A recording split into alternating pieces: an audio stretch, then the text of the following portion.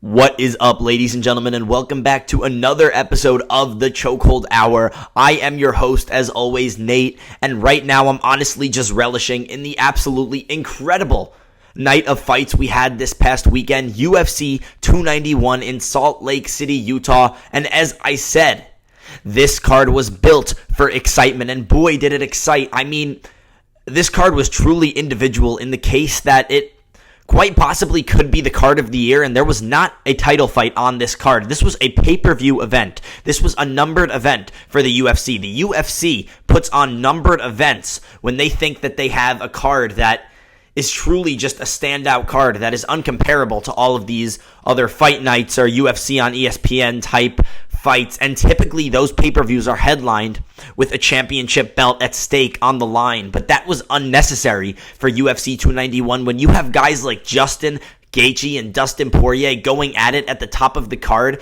These are two of the biggest names in martial arts right now. You don't need a title fight above them because it really doesn't get much bigger than Justin versus Dustin, and boy, did that fight deliver. I could not believe my eyes when Justin landed that head kick in the second round. My eyes were literally ogling. My jaw dropped on the floor, wide open. Justin Gaethje showed more technicality than he's shown in any of his previous fights, and this is what I was talking about in my preview to UFC 291. If Justin could stay technical, he had the natural power advantage, and that shined through into the octagon in Salt Lake. UFC 291, Justin was victorious, and he is officially the baddest MFer in the UFC and really on the planet after a performance like that. But anyways, this week we're going to be doing a recap of what went down in Salt Lake for UFC 291. Again, the greatest card without a title fight in UFC history. But let's jump right into it, starting at the bottom of the main card where Kevin Holland absolutely dominated Michael Chiesa. And ladies and gentlemen, I want you to go back and watch my preview for UFC 291, because if you were listening, if you really watched, you would have heard me say that Kevin Holland is going to lock up a Darce choke against Michael Chiesa. Michael Chiesa seemingly had the ground advantage going into the fight, but I just took a deep dive into their past, did a little bit of research, used a little bit of my mixed martial arts knowledge, and saw that Michael Chiesa, when he loses by submission, it is to the Darce choke, and he has lost by submission to strikers like Jorge Masvidal and Vicente Luque, who both locked up the Darce choke against Michael Chiesa. So Kevin Holland, a guy who has a Darce choke or a win by Darce choke in recent memory over Tim Means, which was just 3 fights ago. I thought a guy who's good at Brazilian Jiu-Jitsu, a guy who I think has a tremendous advantage on the feet, could hurt Michael Chiesa or make Michael Chiesa uncomfortable with his strikes in that octagon, and then eventually use that to lock up the Darce. That is exactly what happened. Kevin Holland was making Michael Chiesa, he made the octagon feel small. He pressured Michael Chiesa up against the fence. He was constantly in his face, landing shots. He ended up throwing a nice little knee. It didn't land flush necessarily, but it opened up the opportunity for that Darce choke, and Kevin Holland, the trailblazer, was able to capitalize and get that first round submission. But guys, I mean, you could say it was a feeling, but it was a feeling with research behind it. Kevin Holland has a slept-on ground game. Yes, he got submitted by Khamzat Chimaev, but who has not gotten submitted by Khamzat Chimaev?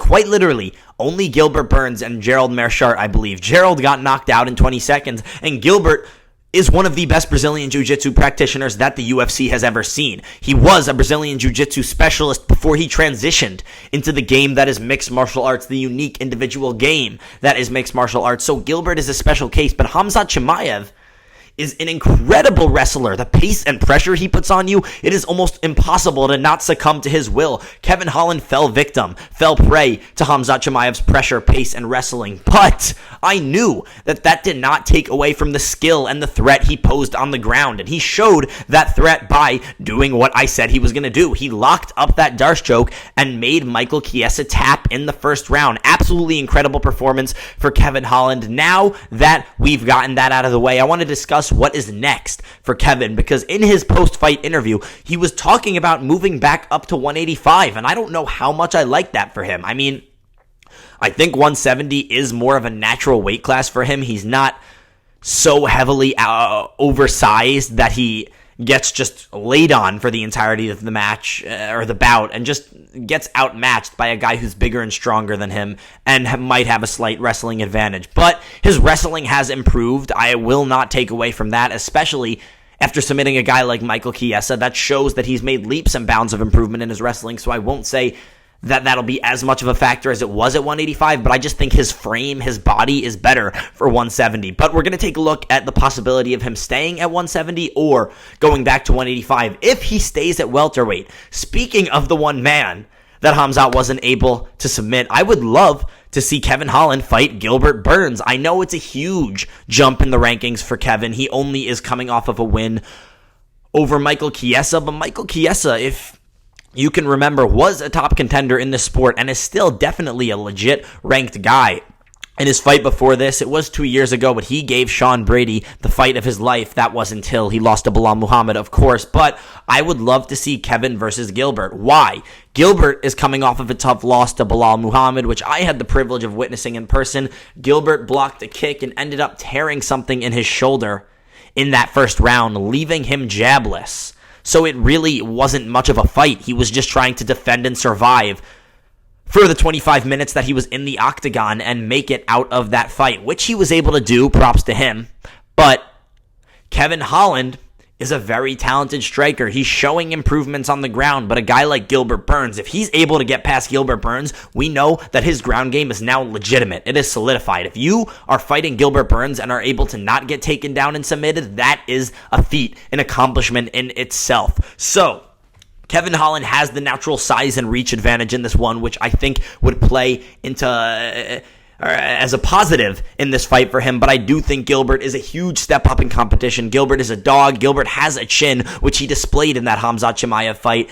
And he's also a good striker. Kevin is not just going to be able to toy with him on the feet. He is going to have to be careful, stay at distance, maintain range, and pick his shots very carefully, all while being wary of the takedown. So I love the idea of Kevin fighting Gilbert at welterweight if he stays at 170, because it also, on the flip side, gives Gilbert a chance to rebound after a tough loss to Bilal Muhammad. Gilbert is in no position to pode for a title fight right now. He is in no position to ask for an opportunity at the belt coming off of a loss to Bilal Muhammad. There are multiple people ahead of him in line. But if he can start a streak up again with Kevin Holland and then beat someone of a little higher value after Kevin, Gilbert is a big name. Maybe it's just those two wins that get him back in the title contention picture. But I like Kevin Holland, honestly, in a fight versus Gilbert Burns right now. I think he can use his reach, use his size, and use his striking advantage to make things happen for himself in that fight. But yeah,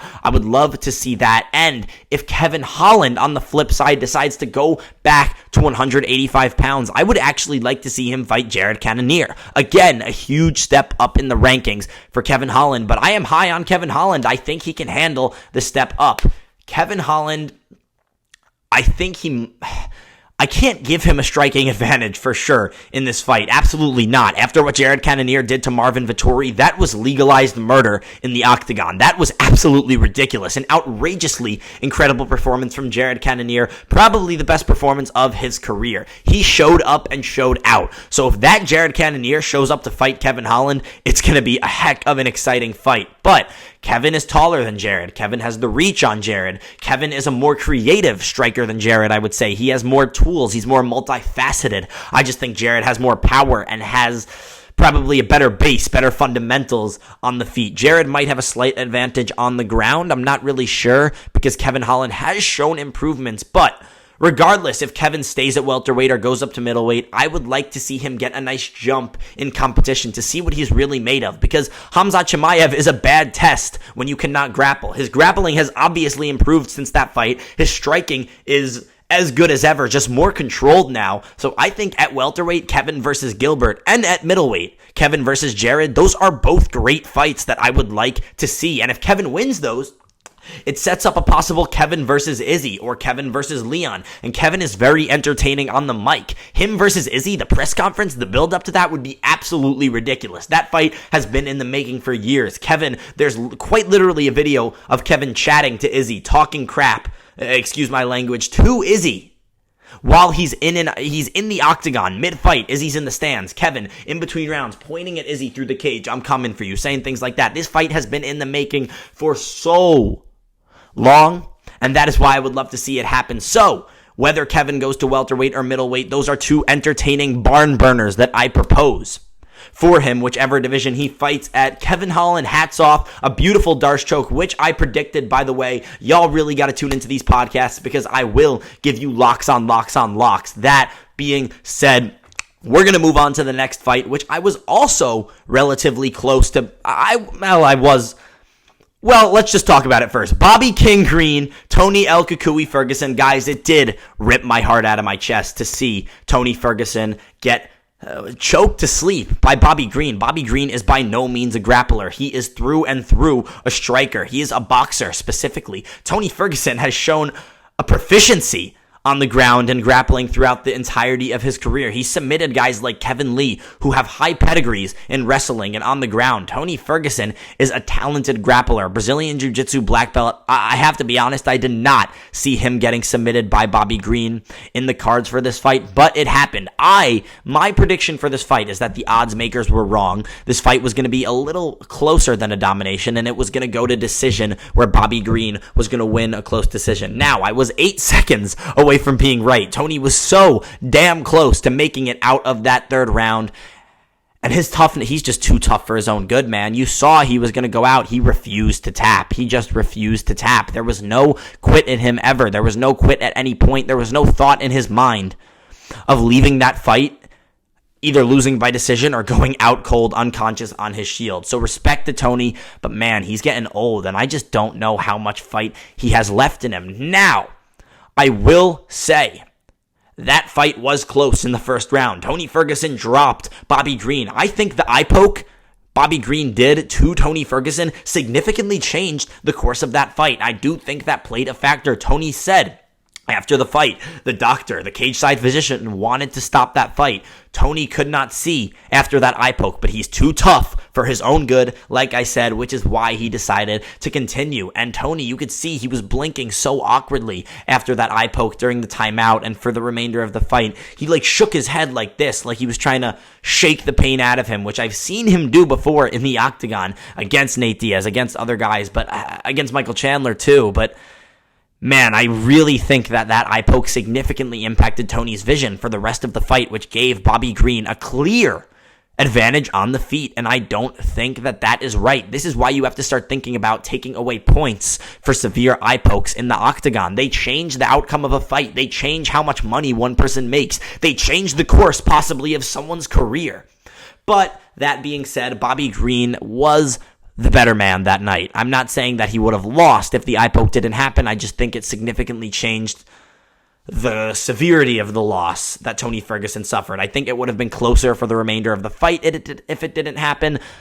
But I think Bobby was the better man on that night. So hats off to Bobby, and he showed a whole nother part of his game that we've never seen. It was the 9th submission of his career, but it has been a long time since Bobby Green has locked up a submission. So hats off to Bobby Green for putting El Kukui, one of the most dangerous men on the planet, out cold with a nice arm triangle from top position. That was horrible to watch, but as a mixed martial arts fan, I had to appreciate the technique. Now, what do I think is next for Bobby King Green? Man, I would really love to see him fight either Dan Hooker or Jalen Turner. Those two guys just went at it. I think Jalen Turner is a better mixed martial artist than Dan Hooker, but Dan Hooker was tougher and the better man on that night and was able to outlast Jalen Turner's heaviest shots and land big blows of his own. So, Bobby Green, I think the better matchup for him here is Dan Hooker, because Jalen Turner is an incredible striker, and he is very tall and long. I don't think Bobby Green's Philly shell style defense would work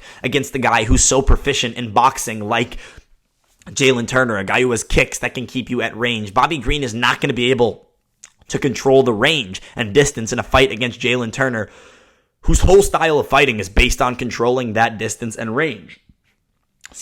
Dan Hooker, on the other hand, is just a dog. He's tough. He likes to go to war. He will take a shot to give you one. That plays right into the hands of Bobby Green's style. He likes to avoid shots. He likes to counterfight, let you overcompensate, overattack, overextend, and use that Philly shell, weave, and return with a nice little counter shot. So I think it really depends on how far the UFC is willing to reward and push Bobby Green, because Dan Hooker is the higher ranked fighter than Jalen Turner right now, and I think he is the better matchup, even though Dan Hooker just beat Jalen Turner for Bobby Green. So if the UFC wants to give an entertaining guy like Bobby Green a chance to crack the top 10, Give him Dan Hooker. By all means, give him Dan Hooker. Let them go to war and see if Bobby Green can get the job done. This also gives Dan Hooker a chance to extend his winning streak. And if he goes from beating Jalen Turner to Bobby Green back to back, you can consider giving him a top 5 ranked opponent again. I mean, I think this fight is good for both sides of the equation. Now, Jalen Turner, I think that's just an exciting fight you could make if you don't,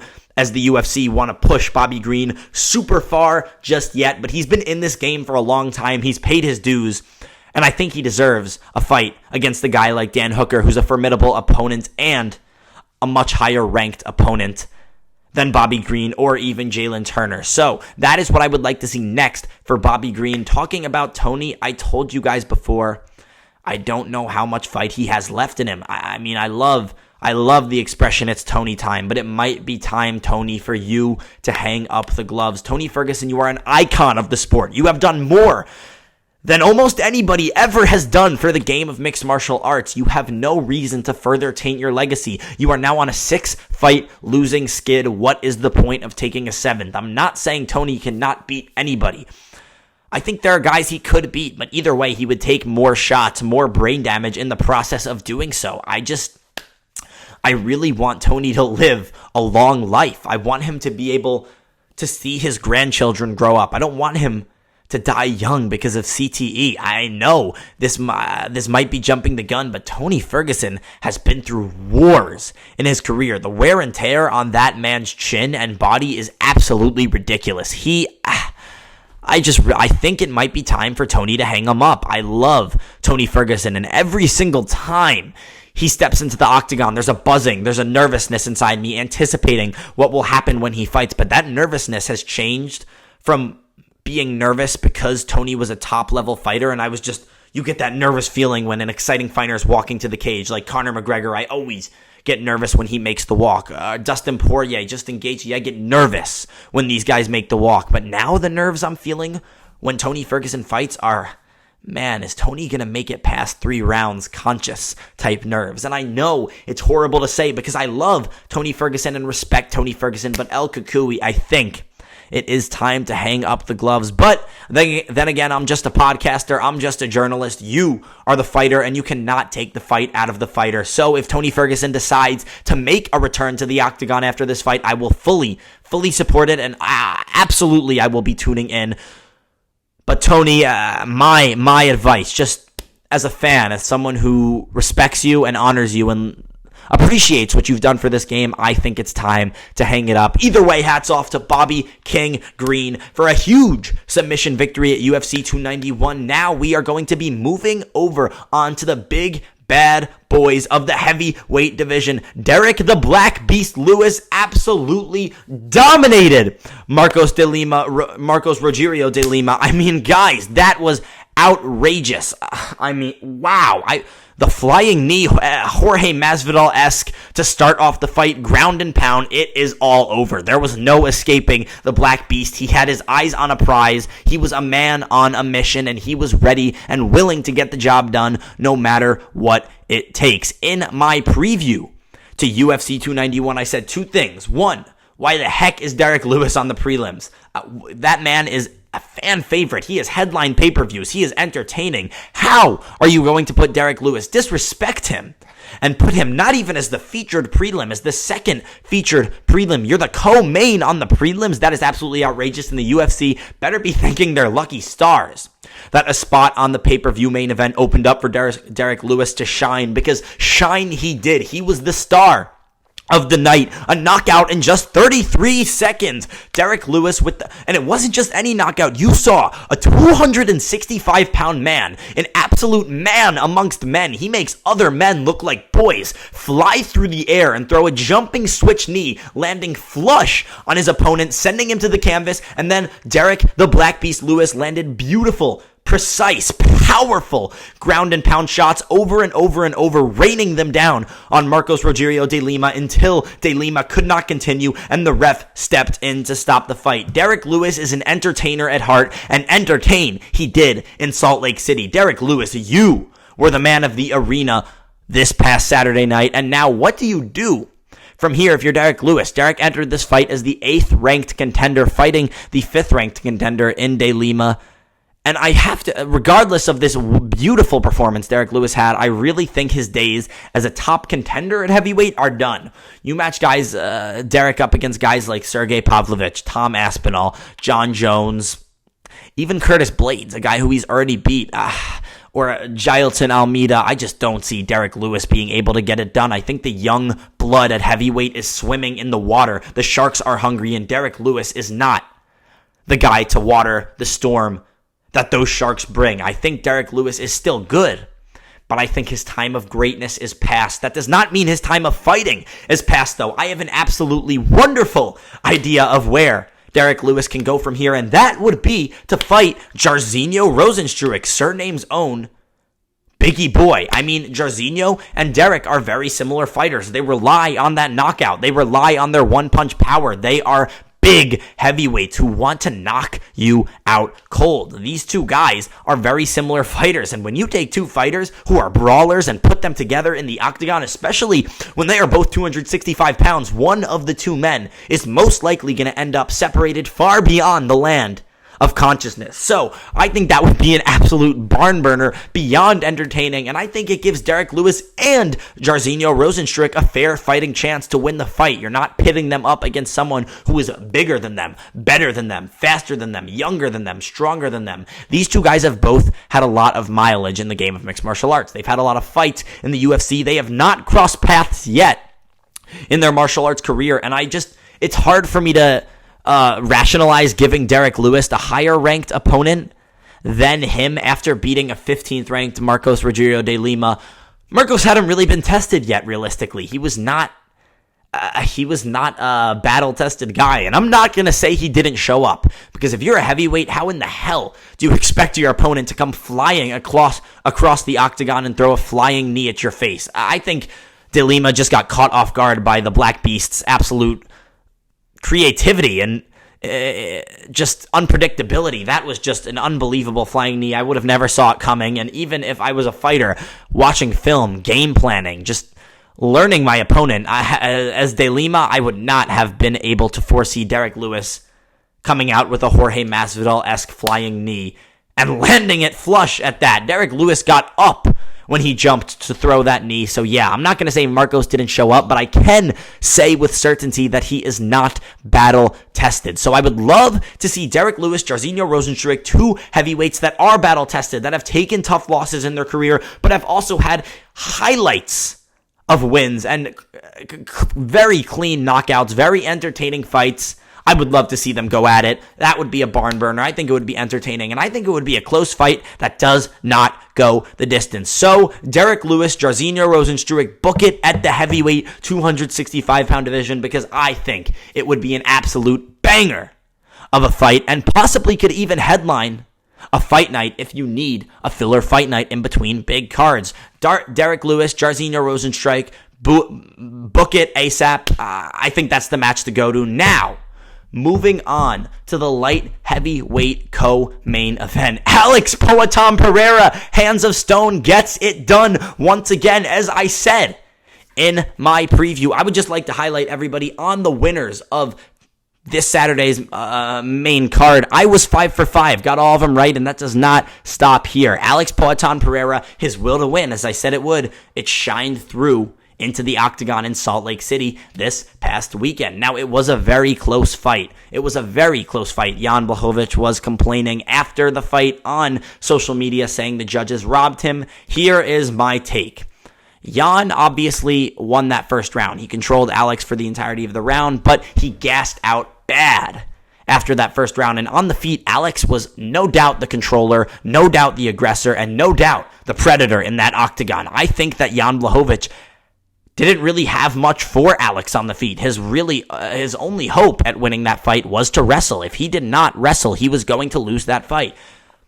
And he was able to wrestle from time to time, but he did absolutely nothing with his control. It really comes down to the fact of whether the judges value damage or control, because while Alex didn't significantly hurt Jan, he didn't noticeably wobble him, he didn't make him do any sort of dance in the octagon like one would do after getting hit with an Edson Barboza spinning back kick. But Alex Pereira, no doubt, controlled the fight on the feet and did much more damage, significantly more amounts of damage than Jan Blaachowicz did to him. And if that fight went 2 more rounds, I don't think Jan Blaachowicz was making it out of the 5th round because he was so gassed. So if you're placing an emphasis on damage over control and looking at who really was the aggressor and predator in that fight, I do think it is right to give Alex Pereira the decision victory. Now, I also don't think it would be wrong to give it to Jan. I think that one was kind of a toss-up, and either way that fight goes, you can't really be mad with the decision. One guy was the striker, one guy was the grappler. They both implemented their game plans almost equally, and it was really just a toss-up. Did you value the damage or the control? And the judges, 2 of the 3 of them at least, obviously valued Alex's damage over Jan's control, giving him that victory, which I am totally fine with. So, what do you do next from here? I think there is only one fight you can make for Alex Poatan Pereira. You pit him up against Yuri Prochazka for that vacant 205-pound strap. I mean, my God, if Alex is able to beat Yuri, that sets up the rematch that I'm talking about, the trilogy within the UFC, giving Israel Adesanya a second chance at attaining that 205-pound strap and becoming the 5th double champion in UFC history. I mean, that would be the storylines behind that. I've already talked about it. It would be absolutely incredible. Now, talking about Yuri Prochazka versus Alex Poatan Pereira, I think that fight bodes very well for Alex Pereira. I don't see Yuri Prochazka shooting for a takedown at any point in that fight, because when has he done that at all in his UFC career? He is a wild man who likes to fight. He likes to go to war. He likes to get hit. He enjoys pain, and he enjoys dishing it out even more. But I think Yuri Prochazka's wild style actually plays in to Alex Pereira perfectly. You have to be a willing dance partner to create an entertaining fight. Look at a guy like Sean Strickland. He was applying pressure on Alex Pereira, moving towards him, throwing that jab constantly, but because his hands were down, eventually he just moved forward one too many times. Alex Pereira got the read on his movements and landed that check left hook, knocked him down, then landed the right when he was still dazed and put him to sleep. I mean, if you're going to fight wild against Alex Pereira with your hands down, you better not get caught, because you are going to sleep. And Yuri Prochazka is very catchable. While he has shown dominance in his past fights, he has shown that he is not defensively impenetrable. He is not unbreakable. Look at Glover Teixeira. Glover almost got Yuri out of there through strikes and a flurry of punches in that 5th round. Look at Dominic Reyes. He quite literally knocked Yuri Prochazka out cold for a second with an upkick in the octagon, and then Yuri just woke up before the ref noticed. Yuri has gotten hit in every single one of his bouts in the Ultimate Fighting Championship, and if that remains when he returns and fights Alex Pereira, I do very well think Alex Pereira could become the 205-pound champion in the Ultimate Fighting Championship, which would set up that rematch, and I would go ballistic to see Israel Adesanya and Alex Pereira fight again, but this time with 2, not just 1, but 2 belts on the line. That would be absolutely ridiculous, and I am all for it. Now, on the flip side, what do you do if you're Jan Blachowicz, 40 years old? He's already held the title at the 205-pound division. He's done a lot in this sport. His name is a notable name. He has a claim to fame in beating Israel Adesanya, and, after this loss, it's going to be hard for him to make it back to another title shot. So what do you want to do from here? I mean, obviously he could retire, but I don't think that retirement is anywhere circulating in Jan Blachowicz' mind. I think that Jan, a good matchup for him from here, I would love to see Jan Blachowicz versus Nikita Krylov. Nikita Krylov is on a 3-fight win streak. His most recent win coming against Ryan Spann. Before that, Volkan Ozdemir. And before that, he absolutely ran through Alexander Gustafsson, one of the most highly accredited light heavyweights of all time in this sport. Alexander Gustafsson gave John Jones the fight of his life. He gave Daniel Cormier the fight of his life. If DC and John Jones did not exist, there is no doubt in my mind Alexander Gustafsson has a long reign as the title holder in the 205-pound division, and Nikita Krylov ran through him and did the same to his next two opponents. Nikita Krylov is now ranked 5th in the light heavyweight division, and Jan Blachowicz coming into this fight, I believe he was ranked second or third. It is definitely one of the two, and after this, he's going to lose that spot to Alex Pereira. He'll be probably sitting somewhere between the 4th and the 6th ranked light heavyweight contender. Nikita Krylov is on a 3-fight win streak.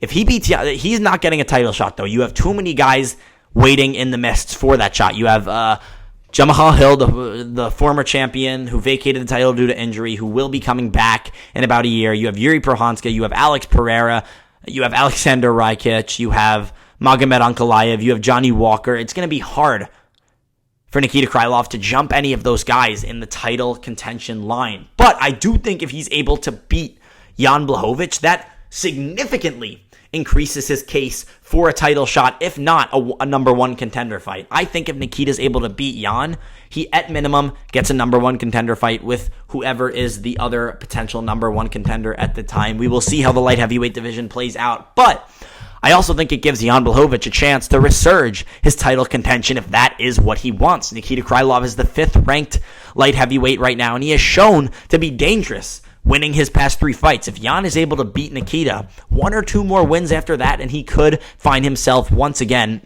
staring at a title shot in the 205-pound division in the Ultimate Fighting Championship. But I think Nikita might have the edge because of his youth and less war-tested chin, one could say, in this fight. I would give the edge to Nikita, but I think it's beneficial to both guys and gives both of them a chance to get in the mix for that 205-pound strap. Nikita Krylov versus Jan Blachowicz. Book it. I'd love to see it, and I think it would be an absolutely entertaining fight because styles make fights, and Jan, at heart, regardless of his performance this Saturday, is a striker. Nikita Krylov, at heart, is a striker, but both of them have shown they can wrestle. Nikita is coming off of a win via triangle choke. Jan Blachowicz might not necessarily want to go to the ground with Nikita Krylov. That could set the course for an absolute war on the feet, so I would love to see Nikita Krylov and Jan Blachowicz go at it in the 205-pound division. Now we are going to be moving on to the main event. Justin, the highlight, Gaethje gets it done again. Another highlight added to the reel for Justin. Oh my God, are you kidding me? That head kick was ridiculous. Guys, in my UFC 291 preview, I did say Justin Gaethje was going to get the job done, but if I said that I ever in my right mind thought it would be like thought it would be like that head kick, and I would be lying. That was absolutely mind-blowing. I could not believe the absolute impeccability or the just perfection of the technique used to set up that high kick. It was so Leon Edwards, Kamaru Usman-esque. He threw that right hand as a fate, followed it up with the right high kick, and bang, right on the temple. Dustin Poirier is out cold. When was the last time we saw Dustin Poirier get knocked out cold? I think it was Conor McGregor at featherweight in the 145-pound division. I mean, Dustin Poirier is a warrior, and he is one of the hardest guys to finish in this sport. Justin Gaethje did not just finish him. He finished him with an exclamation point. That high kick knocked Dustin Poirier out flush and clean, sending him to the land beyond consciousness, separating him from his own consciousness, lifting his soul from his body. I'd go as far to say Justin Gaethje put an exclamation point on that finish and highlight that he added to his reel of wins in the UFC career. Justin Gaethje is now one of the most decorated UFC lightweights of all time, and hats off to him for showing up, owning the moment, and becoming the BMF champion in the UFC, the baddest MFer in the world and in this sport today. Now, what the heck do you do from here? Now, for Justin, I think it's fairly obvious. A guy as accredited as Justin, he wants one thing in this sport at this point, and that is another chance at the UFC lightweight belt, a title shot. I think if you're Justin and you're coming off of the most dominant win of your career against the best opponent of your career, quite possibly, other than Khabib Nurmagomedov, I mean, you sit out and wait. You wait to see if Charles and Islam do end up fighting or if someone replaces Charles. But whatever happens, you wait to see who wins that fight. You wait to see who's holding the belt. You call them out, and you get that title shot. Justin Gaethje has earned a title shot, beating Rafael Fiziev, keeping the young, hungry lion and possibly best Muay Thai practitioner in the UFC at bay, and then going on to absolutely dominate Dustin the Diamond Poirier, one of the most acclaimed lightweights and UFC fighters ever. Dustin Poirier's resume speaks for itself. He has 2 wins over Max Holloway. He knocked out Justin Gaethje. He knocked out Conor McGregor twice. I mean, his fight with Dan Hooker was one of the most entertaining fights in the history of the Ultimate Fighting Championship. Dustin Poirier is a dog. But that did not matter because Justin Gaethje was barking louder on Saturday in Salt Lake City and got the job done with that absolutely flush landing high kick. It was incredible. I was damn near in tears watching that kick land, seeing Dustin Poirier fall to the floor because of that technique. God, it was so perfect. And Justin Gaethje has done so much in this sport. Like I said before, there is no one left for him to fight that is not holding the belt. He is going to, no doubt, be the number 1 contender once the UFC lightweight rankings are updated.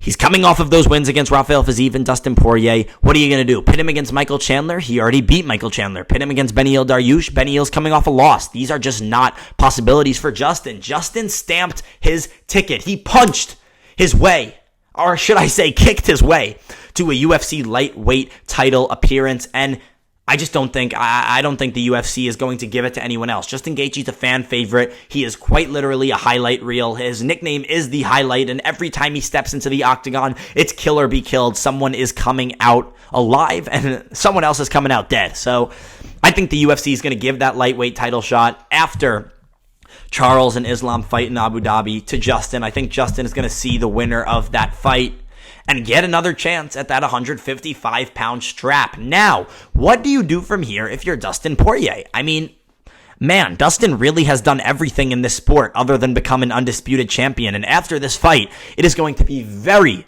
difficult for him to get back in title contention. So what do you do from here? One, Dustin can retire, and he would retire as an OG of the game. He would retire respected by all. He would retire at the top, even though he lost that last fight. His fight before that was an absolutely dominant, incredible performance over Michael Chandler. I mean, Dustin Poirier is a legend of the game.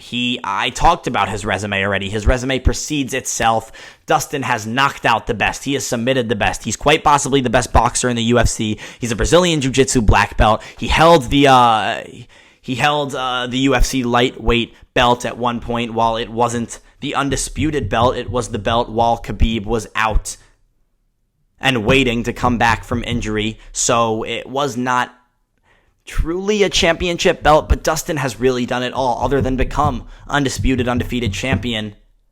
So what do you do from here? I mean, yes, retire is option number 1. Retire on top of your game with millions and millions of dollars, enough money to set your family up for generational wealth, and you can kind of just relax and enjoy life and stop taking all the damage and stop injuring your brain any further and be there for your children and family. Or, which me as a UFC fan is hoping happens, option number 2, you fight Beneil Dariush. Now, Beneil's coming off of a loss against Charles. Dustin is coming off of this loss against Justin this past Saturday. Both of these guys were just booted from title contention. They are both 2 wins away from fighting for a UFC title at least. Now, both of them are in the top 5 of the UFC lightweight division, and both of them are looking to get back on track. I think you take these 2 losers, these 2 highly accredited losers, put them against each other in the octagon and see who comes out on top. Whoever loses will most likely retire after that fight because both of those guys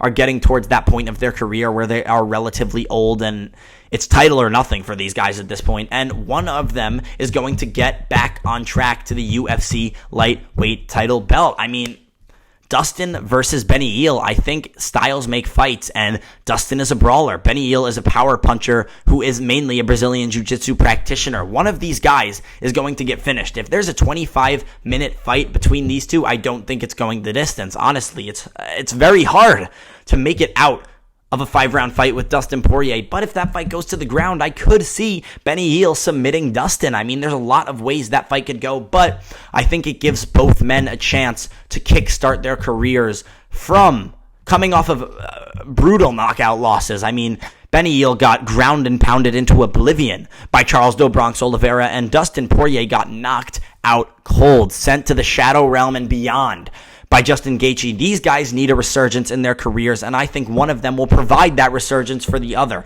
Who will come out victorious in that bout? I am not necessarily sure. I would have to give the upper hand to Dustin Poirier because of his significant advantage on the feet, but you can never count out a guy like Beneil who has power and has a very solid Brazilian jiu-jitsu base. So, I think that is the answer. Justin fights for the title, sits out and waits for it, and Dustin and Beneil go at it. Both of them try to get their careers back on track. I just think that is the best way to go from here at the 155-pound division. But either way, Justin Gaethje was the man of the arena, the baddest MFer in the world. That head kick was absolutely astonishing.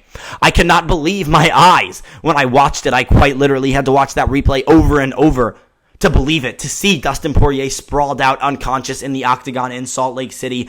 I thought the over was a lock for that fight. I really did. And Justin just came out and kicked Dustin into oblivion. That was unbelievable. Technique was perfect. And as I told you guys in my preview, if Justin can remain technical, he has that natural power advantage. And that showed in his fight against Dustin. He did not get lured into the brawl early. He kept his hands up. He started landing to the body. That opened up the headshots. He ripped to the body, ripped to the head.